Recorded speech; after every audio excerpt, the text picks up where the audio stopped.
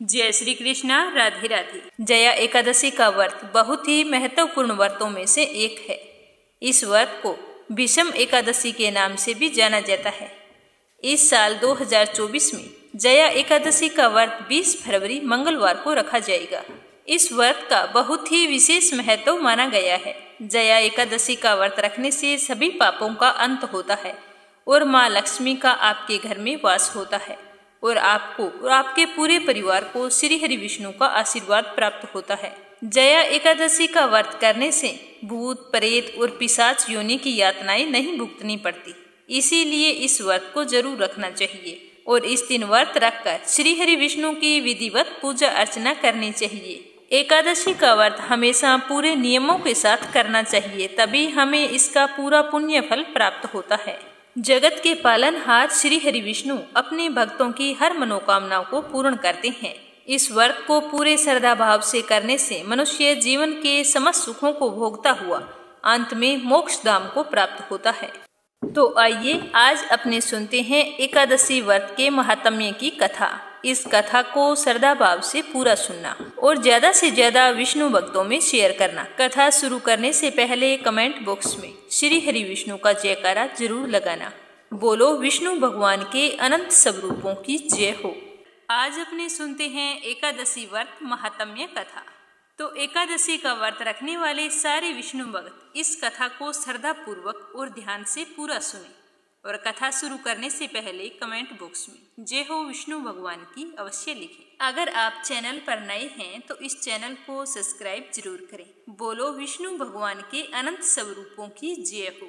एक समय की बात है, सब धर्मों के ज्ञाता, वेद और शास्त्रों के अर्थ ज्ञान में पारंगत, सबके हृदय में रमण करने वाले, श्रीमन नारायण के तत्व को जानने वाले तथा भगवत परायण भक्त शिरोमणि प्रहलाद जी जब सुखपूर्वक बैठे हुए थे तो उस समय उनके समीप सब धर्म का पालन करने वाले महर्षि जन कुछ पूछने के लिए वहां आए। महर्षियों ने कहा कि प्रहलाद जी, आपको प्रणाम है, हम आज आपसे कुछ पूछने की इच्छा रखते हैं। तो उन्होंने कहा कि निसंकोच कहिए।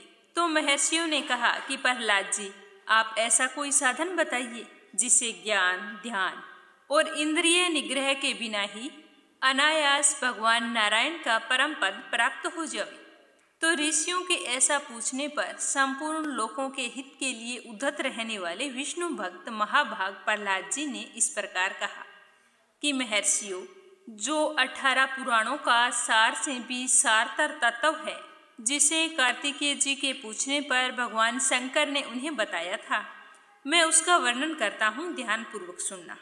कि जो कली काल में एकादशी का व्रत रात्रि जागरण पूर्वक करते हैं एवं वैष्णव शास्त्र का पाठ करता है, उसके कोटि कोटि जन्मों के किए हुए 4 प्रकार के पाप नष्ट हो जाते हैं।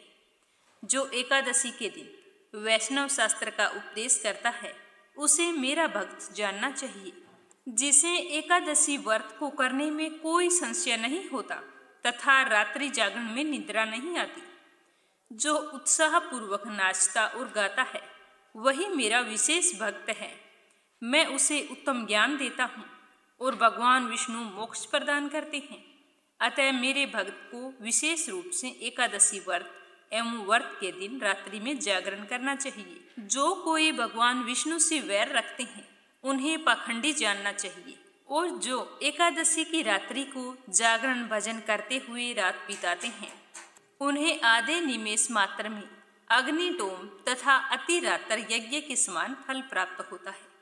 जो रात्रि जागरण में बारंबार भगवान विष्णु के मुखारविंद का दर्शन करते हैं, उनको भी वही फल प्राप्त होता है। जो मनुष्य द्वादशी तिथि को एक बार पारण एवं भगवान विष्णु के आगे जागरण करते हैं, वे यमराज के पास से मुक्त हो जाते हैं। जो द्वादशी को भगवान का स्मरण करते हुए रात्रि जागरण करे और गीता शास्त्र से मनोविनोद करते हैं, वे भी यमराज के बंधन से मुक्त हो जाते हैं। जो प्राण त्याग हो जाने पर भी द्वादशी का जागरण नहीं छोड़ते, वे धन्य और पुण्य आत्मा होते हैं। जिनके वंश के लोग एकादशी की रात में जागरण करते हैं, वे ही धन्य हैं। जिन्होंने एकादशी को जागरण किया है, उन्होंने यज्ञ, दान, गया, श्राद्ध और नित्य प्रयाग स्नान कर लिया है। ऐसे भक्तों को सन्यासियों के सन्यास का पुण्य फल भी मिल जाता है और उनके द्वारा इष्टापूर्त कर्मों का भी भली भांति पालन हो जाता है। षडानन भगवान विष्णु के भक्त जागरण सहित एकादशी का व्रत करते हैं, इसीलिए वे मुझे सदा ही विशेष प्रिय होते हैं। जिसने वर्धनी एकादशी की रात में जागरण किया है, उसने पुनः प्राप्त होने वाले शरीर को स्वयं ही भस्म कर दिया है। जिसने त्रिस्पर्शा एकादशी को रात्रि में जागरण किया है, वह भगवान विष्णु के स्वरूप में लीन हो जाता है। जिसने हरि प्रबोधनी एकादशी की रात में जागरण किया है, उसके स्थूल सूक्ष्म सभी पाप नष्ट हो जाते हैं। जो द्वादशी की रात में जागरण तथा ताल स्वर के साथ संगीत का आयोजन करता है, उसे महान पुण्य की प्राप्ति होती है। जो एकादशी के दिन ऋषियों द्वारा बनाए हुए दिव्य स्त्रोतों से, ऋग्वेद, यजुर्वेद, सामवेद के वैष्णव मंत्रों से, संस्कृत और प्राकृत के अन्य स्त्रोतों से एवं गीत वाद्य आदि के द्वारा भगवान श्री हरि विष्णु को संतुष्ट करता है, उसे भगवान विष्णु भी परम आनंद प्रदान करते हैं। जो एकादशी की रात में भगवान विष्णु के आगे वैष्णव भक्तों के समीप गीता और विष्णु सहस्त्र नाम का पाठ करता है, वह उस परम धाम में जाता है जहाँ साक्षात भगवान नारायण विराजमान है। पुण्य में भागवत तथा स्कंद पुराण भगवान विष्णु को अत्यंत प्रिय है। मथुरा और वज्र में भगवान विष्णु के बाल चरित्र का वर्णन किया गया है। उसे जो एकादशी की रात में भगवान केशव का पूजन करके पढ़ता है, उसका पुण्य कितना है यह मैं भी नहीं जानता, कदाचित भगवान विष्णु ही जानते हों। हे पुत्र, भगवान के समीप गीत, नृत्य तथा स्तोत्र पाठ आदि से जो फल प्राप्त होता है, वही कली काल में श्री हरि के समीप जागरण करते समय विष्णु सहस्त्र नाम, गीता तथा श्रीमद् भागवत का पाठ करने से सहस्त्र गुना होकर मिलता है। जो श्री हरि के समीप जागरण करते समय रात में दीपक जलाता है, उसका पुण्य 100 कल्पों में भी नष्ट नहीं होता। जो व्रत के साथ रात्रि जागरण में मंजरी सहित तुलसी दल से भक्ति पूर्वक श्री हरि की पूजा करता है, उसका पुनः इस संसार में जन्म नहीं होता। स्नान, चंदन, लेप, धूप, दीप, निवेद और तांबूल, यह सब जागरण काल में भगवान विष्णु को समर्पित किया जाए तो ऐसा करने से अक्षय पुण्य फलों की प्राप्ति होती है। हे कार्तिकेय, जो भक्त मेरा ध्यान करना चाहता है, वह एकादशी की रात्रि में श्री हरि के समीप भक्ति पूर्वक जागरण करे। एकादशी के दिन जो लोग जागरण करते हैं, उनके शरीर में इंद्र आदि देवता आकर स्थित हो जाते हैं। जो जागरण काल में महाभारत का पाठ करते हैं, वे उस परम धाम में जाते हैं जहाँ सन्यासी महात्मा जाया करते हैं। जो उस समय श्री रामचंद्र जी का चरित्र 10 कंठ वध पढ़ते हैं, वे योग वेताओं की गति को प्राप्त करते हैं।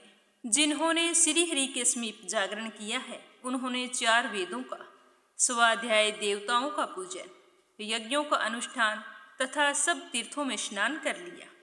श्री कृष्ण से बढ़कर कोई देवता नहीं और एकादशी व्रत के समान कोई दूसरा व्रत नहीं है। जहाँ भागवत शास्त्र हैं, भगवान विष्णु के लिए जहाँ जागरण किया जाता है और जहाँ शालिग्राम शिला स्थित होती है, वहाँ साक्षात भगवान विष्णु स्वयं उपस्थित होते हैं। तो अब मैं आपको एकादशी व्रत की विधि बतलाता हूँ। दशमी की रात्रि को पूर्ण ब्रह्मचर्य का पालन करें, भोग विलास से दूर रहें और एकादशी के दिन सुबह लकड़ी की दातुन करें। इस दिन पेस्ट का प्रयोग नहीं करना चाहिए। नींबू, जामुन या आम के पत्ते लेकर चबा लें और अंगुली से अपने गले को शुद्ध कर लें। वृक्ष से इस दिन पत्ता तोड़ना वर्जित होता है, अतः स्वयं गिरे हुए पत्तों का सेवन करना चाहिए। यदि यह संभव ना हो तो पानी से 12 कुरले करने चाहिए। उसके बाद में स्नान आदि से निवृत्त होकर मंदिर में जाकर गीता का पाठ करें या फिर पुरोहित जी से सुने। एकादशी के दिन गीता जी का पाठ अवश्य करना चाहिए और प्रभु के सामने इस प्रकार संकल्प करना चाहिए कि आज मैं चोर, पाखंडी और दुराचारी मनुष्यों से बात नहीं करूंगा और ना ही किसी का दिल दुखाऊंगा। गौ और ब्राह्मण को फल, आहार एवं अन्न आदि देकर प्रसन्न करूंगा। रात्रि को जागरण करके कीर्तन करूंगा। ओम नमो भगवते वासुदेवाय, आपके इस मंत्र का जाप करूंगा। राम, कृष्ण, नारायण इत्यादि विष्णु सहस्त्र नाम को कंठ का भूषण बनाऊंगा। अतः इन नामों का ही जाप करता रहूंगा। इस प्रकार के संकल्प करके श्री हरि विष्णु भगवान का स्मरण करके प्रार्थना करें कि हे त्रिलोकपति, मेरी लाज आपके हाथ में है, अतः मुझे इस प्रण को पूरा करने की शक्ति प्रदान करें। ज्यादा से ज्यादा मौन, जप, शास्त्र पठन, कीर्तन, रात्रि जागरण एकादशी व्रत में बहुत ही ज्यादा लाभ पहुंचाते हैं। इसीलिए इन नियमों का ज्यादा से ज्यादा पालन करना चाहिए। एकादशी के दिन अशुद्ध द्रव्य से बने हुए पेय नहीं पीने चाहिए, जैसे कोल्ड ड्रिंक्स, एसिड आदि डाले हुए तथा डिब्बे बंद फलों का रस भी नहीं पीना चाहिए। और इस दिन अन्न ग्रहण नहीं करना चाहिए। इस दिन आप व्रत रखें या ना रखें, घर का कोई भी सदस्य चावल ना खाएं, इस चीज का विशेष तौर से ध्यान रखना चाहिए। व्रत रखने वाले विष्णु भक्त इस दिन फल या फिर घर पर निकाला हुआ फलों का रस या फिर दूध पीकर रहना विशेष लाभदायक होता है। व्रत के ये 3 दिन होते हैं, दशमी, एकादशी और द्वादशी। इन 3 दिनों में कांसे के बर्तन में मांस, मदिरा, प्याज, लहसुन, मसूर, उड़द, चने, साग, शहद, तेल और अधिक जल का प्रयोग नहीं करना चाहिए। व्रत के पहले दिन यानी कि द्वादशी को और दूसरे दिन यानी कि द्वादशी को हविष्यान्न यानी कि जौ, गेहूं, मूंग, सेंधा नमक, काली मिर्च, शक्कर और गऊ का घी, इन चीजों से बना हुआ भोजन एक ही बार ग्रहण करना चाहिए। दशमी के दिन सुबह और द्वादशी के दिन भी सुबह। फल आहारी को गोभी, गाजर, शलजम, पालक, गुलफा का साग इत्यादि सेवन नहीं करना चाहिए। आम, अंगूर, केला, बादाम, पिस्ता इत्यादि अमृत फलों का सेवन करना चाहिए। जुआ खेलना, ज्यादा निद्रा लेना, पान, पराई निंदा करना, चुगली करना, चोरी करना, हिंसा, मैथुन, क्रोध, झूठ, कपट आदि इन सब कुकर्मों से दूर रहना चाहिए और शांत रहना चाहिए। और बैल की पीठ पर बैठकर सवारी नहीं करनी चाहिए। अगर बैलगाड़ी है तो इन दिनों में बैलगाड़ी पर भी नहीं चढ़ना चाहिए। और भूलवश किसी निंदक से बात हो जाती है तो इस दोष को दूर करने के लिए भगवान सूर्य के दर्शन तथा धूप दीप से श्री हरि की पूजा करके क्षमा मांगनी चाहिए। एकादशी के दिन घर में झाड़ू नहीं लगानी चाहिए, इससे चींटी आदि सूक्ष्म जीवों की मृत्यु का भय रहता है। इस दिन बाल भी नहीं कटवाने चाहिए, मधुर भाषा बोलनी चाहिए और ज्यादा नहीं बोलना चाहिए, क्योंकि अधिक बोलने से ना बोलने वाले वचन भी निकल जाते हैं। इस दिन सत्य भाषा का प्रयोग करना चाहिए और कम से कम बोलना चाहिए। इस दिन यथाशक्ति अन्न दान करना चाहिए, किंतु स्वयं किसी का दिया हुआ अन्न कदापि ग्रहण ना करें। प्रत्येक वस्तु प्रभु को भोग लगाकर तथा तुलसी दल छोड़कर ग्रहण करनी चाहिए, क्योंकि एकादशी के दिन श्री हरि विष्णु को तुलसी दल का भोग लगाना जरूरी होता है। इसके बिना हमारा कोई भी भोग पूरा नहीं माना जाता। लेकिन हम स्वयं एकादशी के दिन तुलसी नहीं ले सकते। एकादशी के दिन किसी संबंधी की मृत्यु हो जाती है तो उस दिन व्रत रखकर उसका फल संकल्प करके उस मृतक को दे देना चाहिए। और जब उसकी अस्थियां गंगा जी में प्रवाहित की जाती है तो एकादशी व्रत रखकर उसका फल भी उस प्राणी के निमित्त कर देना चाहिए। प्राणी मात्र को अंतर्यामी का अवतार समझकर किसी से छल कपट नहीं करना चाहिए। अपना अपमान करने या कटु वचन बोलने वाले पर भी भूल कर भी इस दिन हमें क्रोध नहीं करना चाहिए, क्योंकि उसे अपने कर्मों की सजा भगवान देते हैं, तो हम बीच में पड़ने वाले कौन होते हैं, यह सोचकर सदैव चुप रहना चाहिए। संतोष का फल सर्वदा मधुर होता है। मन में सभी के प्रति दया भाव रखना चाहिए। इस विधि से व्रत करने वाला उत्तम फल को प्राप्त करता है। और फिर द्वादशी के दिन श्री हरि विष्णु और तुलसी माता की विधिवत पूजा करके ब्राह्मणों को भोजन कराना चाहिए। भोजन करवाएं तो अपने चेहरे पर मुस्कान रखें और बाद में यथासंभव दान दक्षिणा देकर प्रसन्नचित मन से ब्राह्मणों को विदा करना चाहिए और फिर स्वयं व्रत का पारण करें। द्वादशी को सेवा पूजा की जगह बैठकर मीठे चावलों से व्रत का पारण करना चाहिए। किसी कारणवश अगर आप चावल नहीं बना सकते हैं तो 7 दाने चावल के लेकर उसके 14 टुकड़े करके अपने सिर के पीछे फेंकना चाहिए और साथ ही इस प्रकार प्रार्थना करनी चाहिए कि मेरे 7 जन्मों के शारीरिक, वाचिक और मानसिक पाप नष्ट हुए। यह भावना करके 7 अंजलि जल पिए और फिर 7 दाने चावल के खाकर व्रत का पारण करना चाहिए। इसकी कथा इस प्रकार है कि युधिष्ठिर ने भगवान श्री कृष्ण से पूछा कि भगवान, पुण्यमयी एकादशी की तिथि उत्पन्न कैसे हुई, इस संसार में वह क्यों पवित्र मानी गई तथा देवताओं को प्रिय कैसे हुई। तो श्री भगवान जी बोले कि हे कुंती नंदन, प्राचीन समय की बात है। सतयुग में मुर नामक एक दानव रहता था। वह दानव बहुत ही अद्भुत, अत्यंत रौद्र तथा संपूर्ण देवताओं के लिए बहुत भयंकर था। उसका काल रूपधारी दुरात्मा महासुर ने इंद्र को भी पराजित कर दिया। संपूर्ण देवता उससे परास्त होकर स्वर्ग से निकाले जा चुके थे और शंकित तथा भयभीत होकर पृथ्वी पर विचर रहे थे। एक दिन सब देवता महादेव जी के पास गए। वहां जाकर इंद्र ने भगवान शिव के आगे सारा हाल कह सुनाया। इंद्र बोले कि महेश्वर, ये देवता स्वर्ग लोक से निकाले जाने के बाद पृथ्वी पर विचर रहे हैं। मनुष्यों के बीच में इस तरह से विचरना शोभा नहीं देता। हे महादेव, आप ही कोई उपाय बतलाइए, ये देवता अब किसका सहारा ले। तो महादेव जी ने कहा कि देवराज, जहाँ सबको शरण देने वाले, सबकी रक्षा में तत्पर रहने वाले जगत के स्वामी भगवान गरुड़ ध्वज विराजमान हैं। तुम लोग वहां जाओ, वे ही तुम लोगों की रक्षा करेंगे।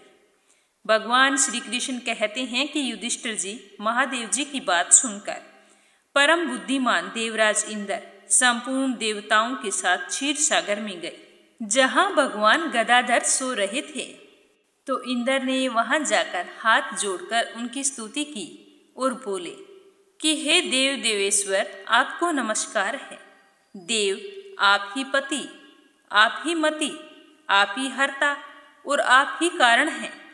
आप ही सब लोगों की माता और आप ही जगत के पिता हैं। देवता और दानव दोनों ही आपकी वंदना करते हैं। पुंडरीकाक्ष, आप दैत्यों के शत्रु हैं। मधुसूदन, आप हम लोगों की रक्षा कीजिए। हे प्रभु जगन्नाथ, अत्यंत उग्र स्वभाव वाले महाबली मुर नामक दैत्य ने इन संपूर्ण देवताओं को हराकर स्वर्ग से बाहर निकाल दिया है। भगवान, हे देवेश्वर, शरणागत वत्सला, सारे देवता भयभीत होकर आपकी शरण में आए हैं। दानवों का विनाश करने वाले कमल नयन भक्त वत्सल देवेश्वर जनार्दन, हमारी रक्षा कीजिए, रक्षा कीजिए। हे भगवान, शरण में आए हुए देवताओं की सहायता कीजिए। तो इंद्र की बात सुनकर श्री हरि विष्णु भगवान बोले कि देवराज, यह दानव कैसा है, उसका रूप और बल कैसा है तथा उस दुष्ट के रहने का स्थान कहाँ है। तो इंद्र बोले कि हे देवेश्वर, पूर्व काल में ब्रह्मा जी के वंश में तालजंग नामक एक महान असुर उत्पन्न हुआ था, जो अत्यंत भयंकर है। उसका पुत्र मुरदैत्य के नाम से विख्यात है। वह भी अत्यंत उत्कट, महापराक्रमी और देवताओं के लिए बहुत भयंकर है। चंद्रावती नाम से प्रसिद्ध एक नगरी है, उसी में वह स्थान बनाकर निवास करता है। उस दैत्य ने सारे देवताओं को परास्त करके स्वर्ग लोक से बाहर बिठा दिया है और उसने एक दूसरे ही इंद्र को स्वर्ग के सिंहासन पर बैठाया है। अग्नि, चंद्रमा, सूर्य, वायु तथा वरुण भी उसने दूसरे ही बनाए हैं। हे जनार्दन, मैं सच्ची बात बता रहा हूँ। उसने सब जगह पर दूसरों को नियुक्त कर लिया है। देवताओं को तो उसने प्रत्येक को अपने अपने स्थान से वंचित कर दिया है। तो इंद्र की यह बात सुनकर भगवान श्री हरि विष्णु को बड़ा ही गुस्सा आया। उन्होंने देवताओं को साथ लेकर चंद्रावती नगरी में प्रवेश किया। भगवान गदाधर ने देखा कि दैत्यराज बारंबार गर्जना कर रही हैं और उससे परास्त होकर संपूर्ण देवता 10 दिशाओं में भाग रहे हैं। अब वह दानव भगवान विष्णु को देखकर बोला कि खड़ा रहे, खड़ा रहे। उसके यह ललकार सुनकर भगवान विष्णु के नेत्र क्रोध से लाल हो गए। वे बोले कि अरे दुष्ट दुराचारी दानव, मेरी इन भुजाओं को देख। यह कहकर भगवान श्री हरि विष्णु ने अपने दिव्य बाणों से सामने आए दुष्ट दानवों को मारना शुरू कर दिया तो दानव भय से भयभीत हो उठे। हे पांडुनंदन, तत्पश्चात श्री हरि विष्णु ने दैत्य सेना पर चक्र का प्रहार किया तो उस प्रहार से छिन्न भिन्न होकर सैकड़ों योद्धा मौत के मुख में चले गए। इसके बाद भगवान मधुसूदन बद्रिका धाम को चले गए। वहां सिंहावती नाम की एक गुफा थी जो 12 योजन लंबी थी। हे पांडुनंदन, उस गुफा में एक ही दरवाजा था। भगवान विष्णु उसी में सो गए। वह मूर्ख दैत्य भगवान को मार डालने के उद्देश्य से उनके पीछे पीछे तो लगा ही था, तो उसने भी गुफा में प्रवेश कर लिया। वहां भगवान को सोते हुए देखकर उसे बड़ा ही हर्ष हुआ। उसने सोचा कि यह दानवों को भय देने वाला देवता है, इसीलिए कोई संदेह नहीं, आज मैं इसे मार डालूंगा। दानव के इस प्रकार विचार करते ही भगवान विष्णु के शरीर से एक कन्या प्रकट हुई जो बड़ी ही रूपवती, सौभाग्यशालिनी तथा दिव्य अस्त्र शस्त्रों से सुशोभित थी। वह भगवान श्री हरि विष्णु के तेज के अंश से उत्पन्न हुई थी। उसका बल और पराक्रम महान था। तो दैत्य मूर ने उस कन्या को देखा। कन्या ने युद्ध का विचार करके दानव के साथ युद्ध के लिए याचना की। युद्ध छिड़ गया। कन्या सब प्रकार की युद्ध कला में निपुण थी, लेकिन वह महान असुर उस कन्या के हुंकार मात्र से ही जलकर राख हो गया। दानव के मारे जाने पर भगवान जाग उठे।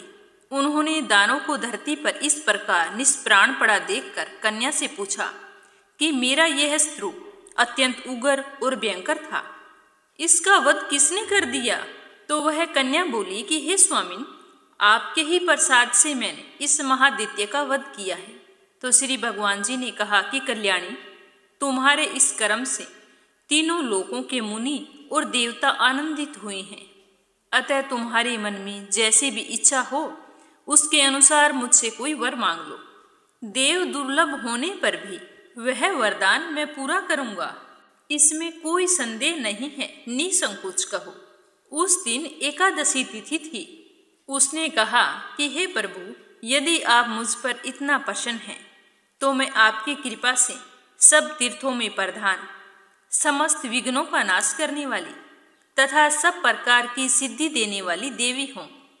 हे जनार्दन, जो लोग आप में भक्ति रखते हुए आज के दिन उपवास करेंगे उन्हें सब प्रकार की सिद्धि प्राप्त हो। हे माधव, जो लोग उपवास बिना भोजन के अथवा एक वक्त भोजन ग्रहण करके मेरे व्रत का पालन करें, उन्हें आप धन, धर्म और मोक्ष प्रदान करें। परम दयालु भगवान श्री हरि नारायण बोले कि कल्याणी, तुम जो कहती हो वह सब पूर्ण होगा। और आज एकादशी तिथि है तो तुम एकादशी माता के नाम से जानी जाओगी। तो ऐसा वरदान पाकर महाव्रता एकादशी बहुत ही प्रसन्न हुई। दोनों पक्षों की एकादशी समान रूप से कल्याण वाली होती है। इसमें शुक्ल और कृष्ण का भेद कभी नहीं करना चाहिए। यदि उदय काल में थोड़ी सी भी एकादशी, मध्य में पूरी द्वादशी और अंत में किंचित त्रयोदशी हो तो वह त्रिस्पर्शा एकादशी कहलाती है। ऐसी एकादशी भगवान को बहुत ही प्रिय होती है। यदि एक त्रिस्पर्शा एकादशी का उपवास कर लिया जाए तो 1000 एकादशी व्रतों का फल प्राप्त होता है। इस प्रकार द्वादशी में पारण करने पर 1000 गुना फल माना गया है। अष्टमी, एकादशी, षष्ठी, तृतीया और चतुर्दशी ये तिथि पूर्व तिथि से विद्ध हो तो इनमें व्रत नहीं करना चाहिए।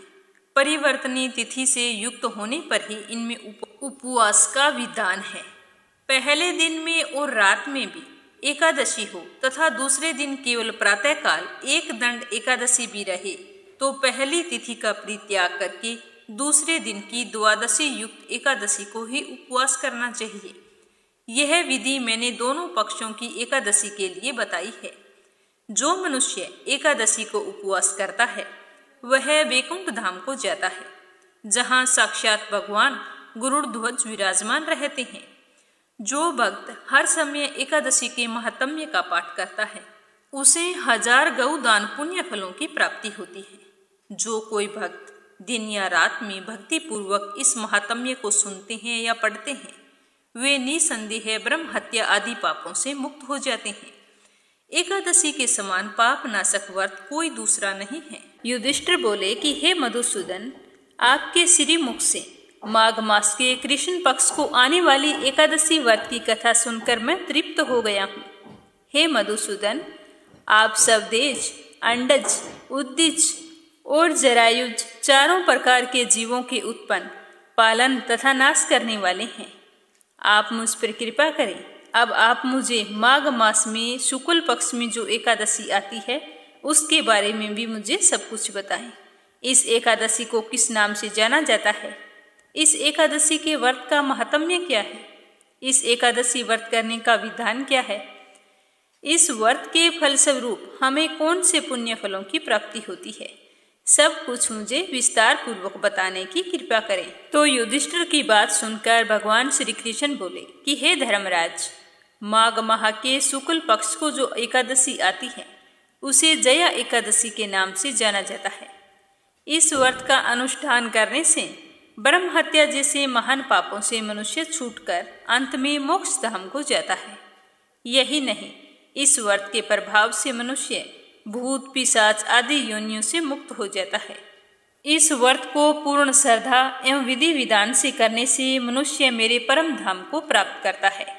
हे राजन, अब मैं तुम्हें पद्म पुराण में वर्णित इस एकादशी महात्म्य की एक कथा सुनाता हूँ। तुम इसे ध्यान पूर्वक सुनना। एक समय की बात है, देवराज इंद्र जब स्वर्ग में राज करते थे और सभी देवगण स्वर्ग में सुखपूर्वक रहा करते थे।